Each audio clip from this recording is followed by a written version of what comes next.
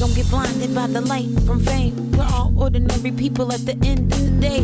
We make decisions, some good, some bad, but we all pushing for things we never had. Ordinary people with extraordinary ways. Yeah. Everyday people trying to make a way. It's just us. Ordinary people with extraordinary ways. Yeah. Trying to make a difference step by step each day. It's just us. Welcome to IJU Ghana Live. I'm your favorite host, Paul Semeh, on location at the Street Children Empowerment Foundation in Accra, Ghana. On today's show, I'm really going to be discussing something very, very interesting. It's a subject that we should all be concerned about. We're talking about mental health, the life of a very inspiring musician, creative artist person, Donnita Hathaway, and his daughter, Donnita. So, Donnita, welcome to the show. Yes, thank you so much for having me. You are a notable person who spends a significant portion of your life to raise awareness about mental health and suicide. What inspired you to get started with Donnita Hathaway Legacy Projects? There are a few reasons. One is the obvious loss of my father, which for me happened at the age of 2. So to live my entire life without him was definitely the premier motivation, especially since he was so gifted and, just so talented at what he did. It was a pain that not only that my family misses, but the world misses his voice. And so, my father was definitely an inspiration, but it really didn't occur to me until I went through my own mental health struggles and also other members of my family, seeing them go through various traumas in their life and how it affected them. And then just kind of putting the pieces of the puzzle together. Like if you're not a paranoid schizophrenic, which my father was, there may be other types of anxiety or depression that we all naturally go through in some capacity, some way, shape, or form, because we're human, right? Yeah. And so it was when those pieces kind of came together for me, I felt that I had enough information, enough of my own story to kind of tie into the rest of my family's story, to be able to share and hopefully help someone who's also going through the same situation and hopefully save a life. Wow, great and inspiring project. Can you share some of the objectives of this legacy project with us and our viewers? Yes, the first thing is to be able to break the stigma. It's kind of hard to address something that people don't want to talk about or dig into. Yeah. So the first thing is to break the stigma. Like, hey, we're all human, just as there are highs, there are lows. Yes. It's really that simple. Like the stigmas that we've had, in particularly with Black people, and I'm sure this is worldwide, that Black people don't kill themselves or they don't have mental health issues when we're probably number one on the scale of a group of, as far as a race of people who have traumatic experiences. Like for one, if you're Black. Yeah, exactly. Come on, So the number one thing, first off, in order to tackle the subject, you have to be able to address it and be open enough to receive the information. So that's number one, breaking the stigma. Yeah. 2, I have a special place in my heart because I feel that a lot of these practices that we need needs to start when we're kids. Yeah. As adults, you get in your grooves and your situations and your habits, and it's hard to break. And we have an epidemic of young Black kids who are killing themselves. Yeah. And it's not talked about unless you're that family. Like it's detrimental that we're not talking about the issues that our kids are currently facing. Yeah. And so I definitely have an initiative for kids to be able to acknowledge whatever pain or trauma that they're going through. And how many of us have had pain and trauma as we were kids? Mm-hmm. So to be able to hear them, to be able to provide tools for them, which are the same as adults, but just a special focus on, our young, gifted, and Black, children that we cherish. And hopefully it's something that will resonate within a family, and it's a practice that a whole family can do. And I want that to broaden to a community, like us as beautiful Black people. That's, as a community, this is something that we can also adhere to. So those are the main objectives, and also to approach this in a holistic way. Like, absolutely. There are daily practices that you can do that will help you have the best quality of life possible, and help you deal with when life happens. And so those are the main focuses for the Legacy Project. I have to say that, like you said, among us Blacks, and also in Ghana, a lot of people, and on the continent, a lot of people would feel insulted if they were, for example, told to go and see the psychiatrist or go and see the psychologist, and to know that you've taken this as a whole project to get the stigma off, and to start this from college. You should have, apart from your late dad, you have mentioned that yourself, but what else do you want to reach inside of you that is giving the strength? Because this is not an easy area that people can understand and would want to identify with. Yeah, and I think that's exactly the reason. My entire life, I've always been one who looked after other people. Like, my job has been as an assistant. I always would help other people.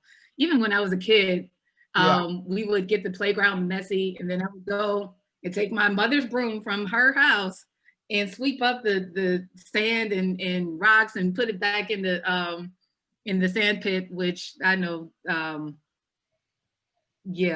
surprised. I'm pretty sure I got in trouble a few times for that. But it's always been my heart and my nature to look after other people. It could be a feminine trait, but I think it's actually a gift for me, in that I've been able to, and have been blessed to be able to seek, in particular, pain with other people, and want to ease that pain, right? And then eventually life showed me I had to do that for myself. Like, hey, you, you're actually going through it too. You've gone through some stuff. So you might want to take care of yourself before you can take care of other people. And so right now I'm kind of in the mix of trying to balance the two. Like, making sure that my own life and heart and mind are at peace. And then to be able to help facilitate the same for other people, for a community of people. And so, it means a lot for me. I think it's my calling. And what better way to honor both of my parents in this way than to not let his life be in vain. And that we can learn those lessons as much as possible to, again, help prevent this from happening to someone else in such a tragic manner. So first on this show, you heard it from Donnita Hathaway. You want to help other people, but how are you helping yourself? Because, like, if you think about what she just said, you want to be on this show, you want to be that musician, but if you don't have that mental capability, you essentially will not be regarded or counted as somebody doing anything significant. So we need to protect us. We need to have that mental fortitude. So first on this show, make sure you are up there all right and strong. Take care of yourself mentally. It's not just about the nice clothes and how you look, but it's also mentally. Thank you for that. It don't matter if you're not sane. It does not matter. It doesn't matter. Thank you. You can have all of the talent. You can have all of the money. You can have all of the external things. My dad had all of the external things. He was a genius. Like, my father changed the way singers sang. He was gifted. He was able to tap into someone's soul with his voice. And it was a beautiful thing. But at the end of the day, he had several things going on in his life. And on top of that, he had a chemically imbalanced brain. Which, when he was fine as a kid. you Yeah. find as a young adult, but slowly when, especially getting into the entertainment business, which we Yeah. all know is trash. You Yeah. know, I don't know another way to put it, but there's no concern for, you know, your feelings and your heart and your mind and Yeah. your money and, you know, your talent for that, you know, it's exploited. And so when you have creative people like that who are already vulnerable, like they are opening up their souls, which Yeah. is why we love soul music so much. It taps into something. You know, it opens the door for other things, and those Wow. vultures kind of come in. Wow. And this father who actually have right above me, if I can get my finger right, the Yeah. man Yeah. above my father Right. here. Yes. Yes. That is my grandfather. That's Donny's father. He was shell shocked in World War Wow. II. Wow. And so that was passed down, Wow. you know, so on top of what life will already throw at you, to have like a chemical imbalance Wow. to for that severity is, you know, you don't want to play with it. So Yeah. again, you can have all of the money and talent and clothes and what have you. If you haven't healed a broken heart or something traumatic that may have happened to you, Wow. one, it's bound to repeat itself and bound to be stronger when it comes back around. Wow. So, like for example, let's say you have a childhood trauma. Yeah. It can be anything from you were abused Yeah. to your parents divorced and you feel that it was your fault, even Yeah. though it may not have been. But Yeah. one, a child's brain isn't even fully developed, but the feelings that a kid can have, Yeah. right? Going into adulthood, if you haven't healed that, Yeah. you may go through something in college. It could be a car accident. Yeah. It can be not living your dream.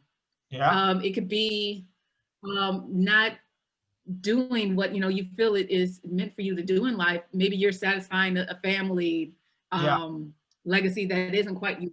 It could be a variety of things. It could be an illness. It could be an economic status. You can Wow. be Black. Like, you know, Yeah. there's so many things. It's bound to, again, repeat itself through life. You Wow. have to, it's almost like a weight that is compounded. It doesn't take much for anyone to break. Wow. Like, how much pain do you have to go through before eventually the dam breaks, right? Wow. So for example, you could have had all of those things this year and Yeah. then COVID hit. And Yeah. it could shut down everything that you've worked so hard for. Like, Wow. how do you deal with that? Yeah. You know, not Okay. only, you know, Now mentally, that, but like trying to recover. You know, it's yeah. a lot. Yeah. So Now that you have built this very broader understanding for myself and my listeners and viewers to see, would you mind helping our listeners bring themselves intercepting what COVID and 2020 have brought to us? Obviously, a lot of us are struggling. A lot of us are going through traumatic conditions. We've lost our loved ones. We've lost our livelihood. We have lost our normal lives. We are locked up in our rooms. We can't do what we love to do. How is that going to play in the next in week coming back? What are the obvious steps we should be taking in dealing with these things so that we do not complicate our lives and eventually have a good, stable self to begin life again or continue with life? yes, I'm still trying to figure that out myself. But what I do know that's worked for me is a lot of the holistic practices that I adhere to as much as I can every day. Yeah. So the first thing is to get a sense of, well, one, this is an airborne virus Yeah. that none of us can control. Yeah. So one is to take all of the safety precautions that you can. Wear a mask, stay 6 feet apart, you know, wash your hands. There's that. I know for me, even in my family, on my father's side of the family, I lost a cousin who was about 32 to COVID. Oh, I said to my yeah. Yes, I know I have 2 people in my family that have had it. Wow. I've had people in my work life who have had it. Yeah. And so even with them, there was, which is another thing that we haven't talked about. There's those of us who are concerned about the virus, and then there's those of us who have actually gone through it. Yeah. And even the stigmas of that, like, oh my God, you've had it. Like there's you know, people are scared. Yeah. The stigma. You know, and so how does that feel for that person? They can't help. If anything, because they're alone and you can't be with them, they need as much support as possible. Yeah. So for one, I try myself, just within myself, to be as centered as possible. So when I start my morning, is to sit still and meditate. Wow. There's an app that I'm pretty sure is worldwide that I use called Headspace. Okay. There's also other guided meditations that you should be able to find on YouTube, which I use an awful lot, like just free holistic tools. And I listen with headphones to be able to receive that frequency and just sit still and calm, you know, my mind and my heart before I start the day. So that's one. 2, I actually have it here because I'm just waking up in the US. Wow. Is water. Okay. I don't think people realize, because there's you should drink water when it's hot so that you're not dehydrated. But the brain is made up primarily of water. I think it's like 70+% made of water. Okay. It only takes 2% of dehydration for it to affect your cognitive health. Wow. Water. Wow. Water. Drink water, if nothing more than to help your brain be, you know, as productive as possible. Wow. Water. I use a few other things like music. I have a spiritual grounding that I like to conduct every day. And eat. Diet is also extremely important. A lot of people who have mental health issues also have nutritional deficiencies. So to eat as clean as you can is pivotal, as much as you can. And then after that, I have a support system. So there's nothing worse than feeling alone. And I think that's the underlying current of this whole conversation. Like there's nothing worse than feeling alone. And so I reach out to my people. Yeah. In fact, I have an initiative that I would love to talk about for this holiday season called Friends Christmas, which is a play on this year's the 50th anniversary of This Christmas, which is amazing that song is 50 years old. Wow. But it's so beloved. But the holiday season, just to kind of tie it in, can be a dark time for people anyway. Yeah. So throw in COVID when you may not be able to see your loved ones, even Thanksgiving, which is happening for us tomorrow in the US. It can be a lonely heart you know, anyone who's been there can relate, right? Mm-hmm. And so unfortunately, there's not a magic pill. There's not like a little veil that you can but not even a veil, but like, you know, on the news they have the text that goes across the screen that lets somebody know that, hey, I'm actually feeling alone and I could use some support. And, there's no inscription on our forehead. Have you know, for some people that's Twitter. Yeah. But it usually comes off in a way that can be a little harsh, right? You know, so there's no magic way for people to know that you're going through it, right? In fact, I can share that this weekend I went through a very massive depressive state. Me personally. Tell Friday. me. Tell us about it. Right. So all of this will tie in. So grab some popcorn, enjoy the story. Last Friday would have been my mother's 80th birthday. Okay. And she's been gone almost half of my life at this point. Wow. And I don't know what it was because I knew the day was coming. Yeah. But when I woke up that morning, I felt empty. I felt alone. I felt sad that she wasn't here. And then when I realized it was 80, that's a grand celebration. Yeah. Of all of my years of her being gone, and it could be for a variety of reasons. Yeah. I grieved her and mourned her in a way that I haven't had the entire time that since she's passed, which is in 1998. I cried for 3 days. Wow. Heavily. Wow. I missed and wanted and felt that my mother should be here. Yeah. Right. Now I already don't have my father. There's my mother as well. So but as much as I was in this sad place, no one knew until I told them. Wow. And so while I'm going through it, I also have to have enough will to be able to throw out a life raft for myself. Yeah. To say, hey, can somebody help me? Because I'm not okay right now. Yeah. Right. There's actually a beautiful app by these 2 young kids called Not Okay. Oh, and for some reason, because it's hard for us to be able to say that, there's a sense of pride that we have, like everything is just supposed to be okay, like you're a robot. That's just not possible. It's not possible.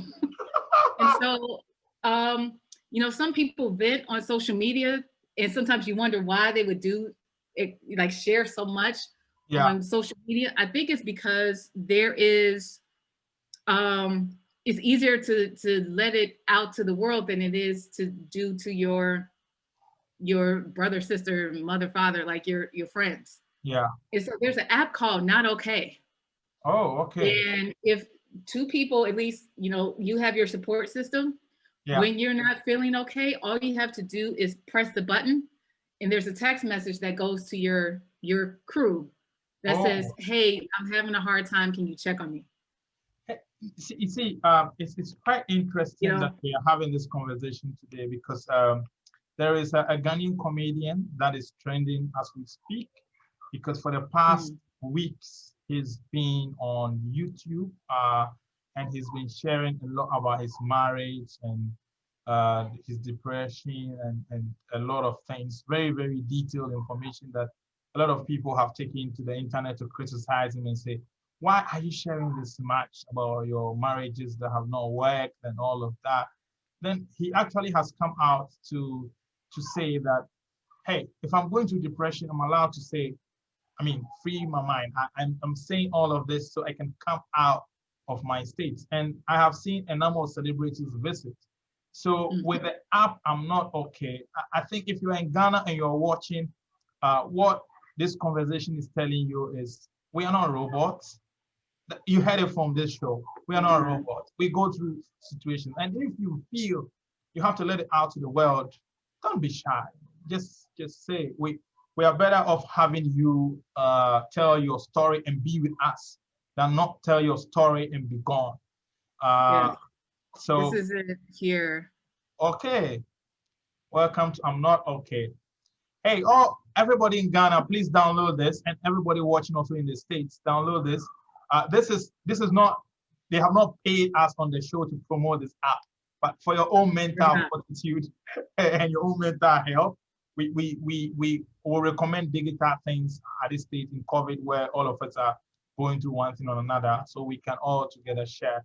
I know there may be a young lady watching who may not, or young man who may be going through some marital problems or relationship problems, and they are feeling, they are like, oh, these guys are mentioning things around, but would you look in the camera and speak to somebody who feels, maybe I want to end it. I am tired in life.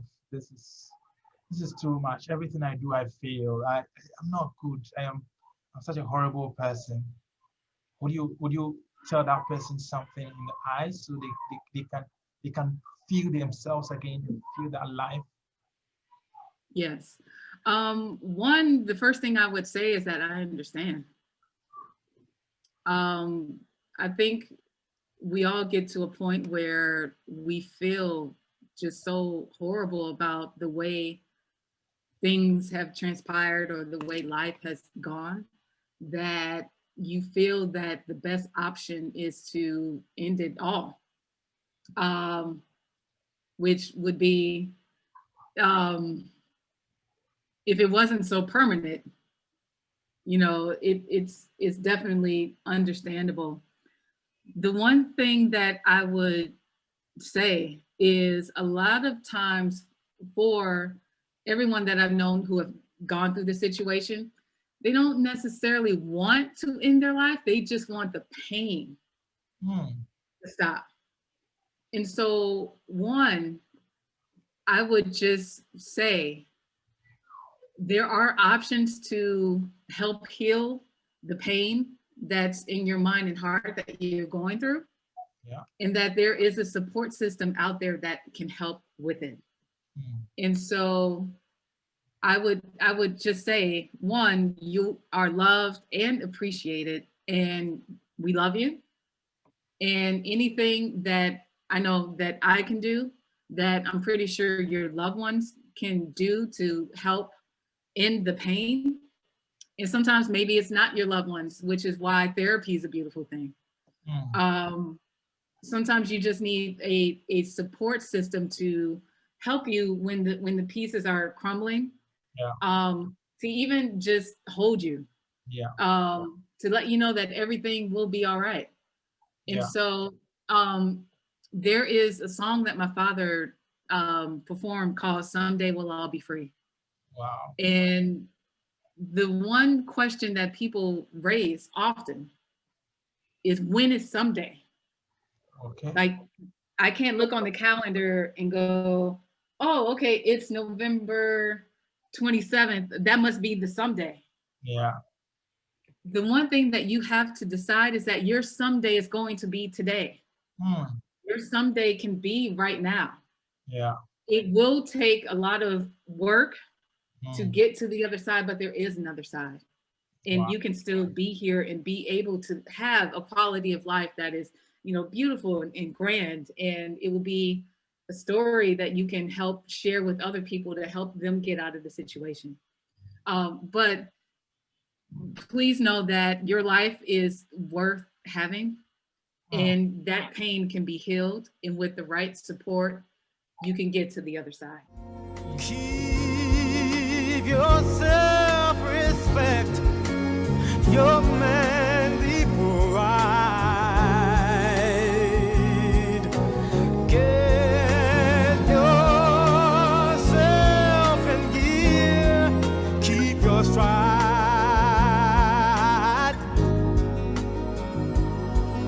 Never mind your fears.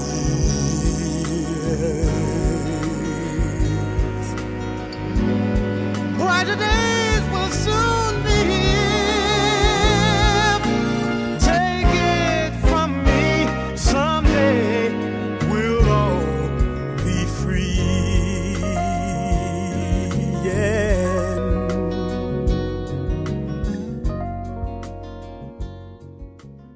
Thank you very much, viewers. Please remember to subscribe to our button, share this with your friends.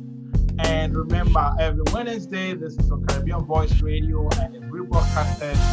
It's on Fridays and rebroadcasted on Wednesdays. Thank you very much for being on the show. You've been the guests that have cracked me up in my mental health. I've got healing and